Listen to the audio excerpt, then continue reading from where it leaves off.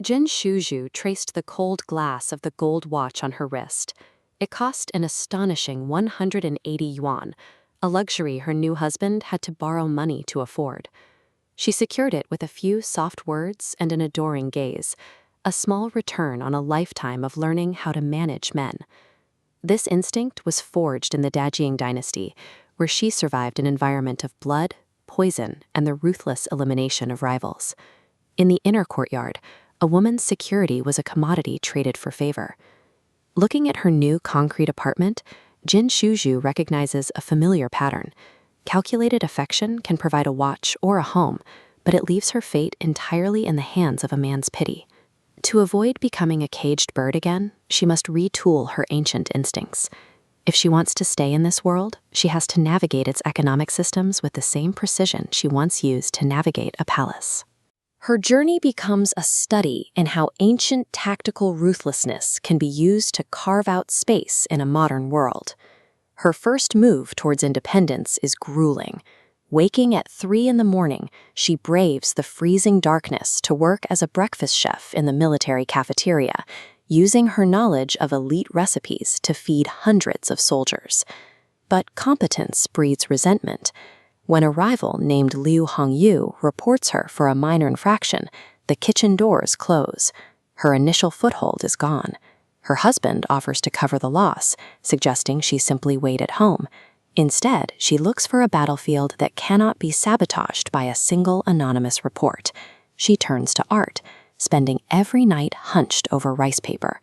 While her children do their homework, she paints traditional ancient figures, sealing hundreds of envelopes and sending them to newspapers across the country. The shift in her leverage is measurable. Her husband's borrowed money provided a temporary roof. The cafeteria job offered a wage that could be taken away. But the 36 yuan and 60 cents she earns from her paintings is hers alone. Hidden inside a book, it becomes a private foundation. She has learned that true independence is only possible when your resources cannot be dismantled by a single enemy or a single benefactor. With her base secure, she addresses the lingering threat of Liu Hongyue. In her previous life, leaving a successful attacker comfortable was considered an invitation for a second strike. She uses her new earnings to bake a massive batch of date paste cakes. Starting from the ground floor, she visits every neighbor, handing out the warm treats with a bright public smile. As she hands out the cakes, she tells her story. She doesn't complain, she simply mentions how the money for these ingredients came from her art, the very job she took after a malicious report cost her the cafeteria position. By the time she reaches Liu Hongye's door, the entire building is watching. She drops the smile and addresses her rival loudly enough for every neighbor to hear, exposing the pettiness of the report and making the social cost of the attack too high to bear. The victory is total. Liu Hongye eventually leaves for her hometown, unable to face the community she tried to manipulate. Jin Shuju has neutralized a threat by turning her rival's own weapon, the public eye, against her. A calculating mind is a shield, but a freezing winter night brings a test that logic cannot solve. An abused neighbor boy collapses at her door, his face flushed with a dangerously high fever. As the boy's burning hand grips her sleeve, the distance she maintains from others evaporates. She doesn't weigh the cost or the inconvenience. She simply hauls him onto her back and plunges into the snowstorm.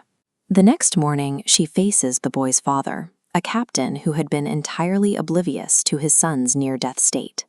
The man's negligence is a direct challenge to the safety she is trying to build in this new world.